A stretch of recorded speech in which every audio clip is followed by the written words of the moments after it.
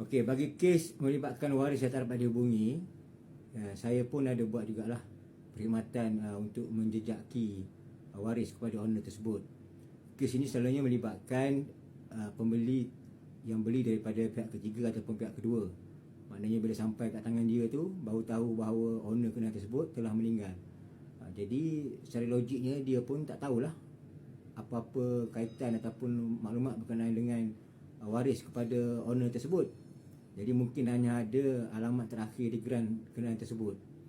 Okey, jadi saya ada buat jugalah khidmat untuk menjejaki waris tersebut. Jadi apa yang saya buat ialah, saya akan hantar satu surat maklum tujukan kepada alamat terakhir. Pertama sekali saya akan rujuk kepada alamat yang ada pada geran tersebut lah.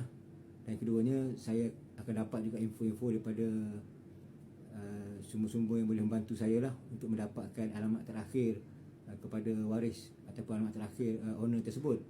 Jadi apa yang berlaku, apa yang saya buat ialah saya akan hantar satu surat maklum kepada, ditujukan ke alamat terakhir ataupun alamat daripada yang saya dapat tu kepada waris tersebut lah.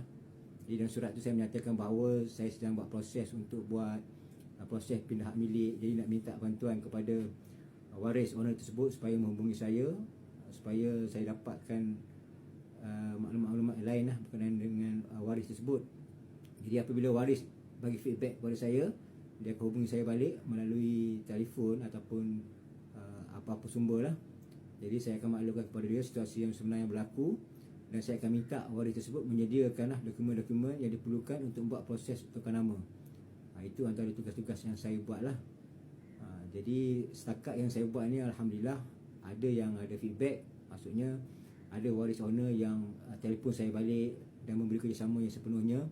Dan ada juga kes yang dah hantar surat tapi tak ada maklum balas daripada waris owner.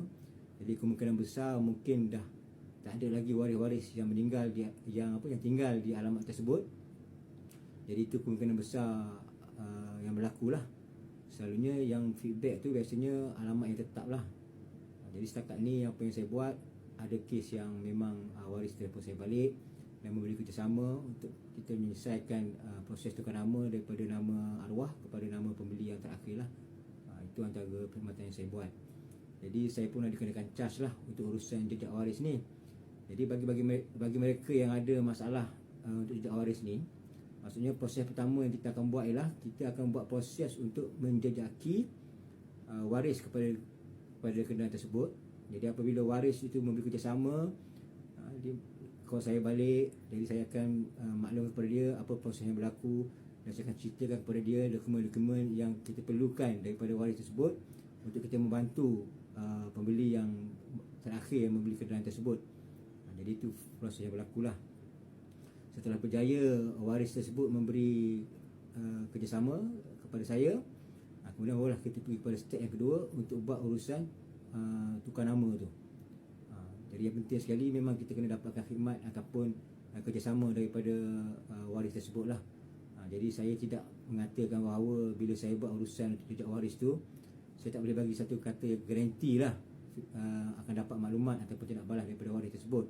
Jadi dia bergantung pada senario lah. Pertama sekali, sekiranya masih lagi ada waris yang tinggal di alamat tersebut, insyaAllah waris tersebut akan menghubungi saya, akan memberi tindak balas atau feedback kepada apa yang kita nak buat lah. Biasanya kalau yang tak ada feedback tu, memang kemungkinan besar sudah tiada lagi lah waris yang tinggal di alamat tersebut. Jadi bukannya kata satu kata yang garanti lah. Bila kita buat urusan ni, kita akan dapat maklumat yang positif. Jadi cuma kita mencuba sajalah. Kita mencuba dan kita berharap supaya urusan kita dipermudahkan. Allah membantu kita lah dengan niat kita selesaikan masalah. Itu saja. Jadi bukan katanya bila saya buat urusan tu boleh dapat selesai dengan sepenuhnya. Kita hanya mencuba saja. Kita hanya mencuba.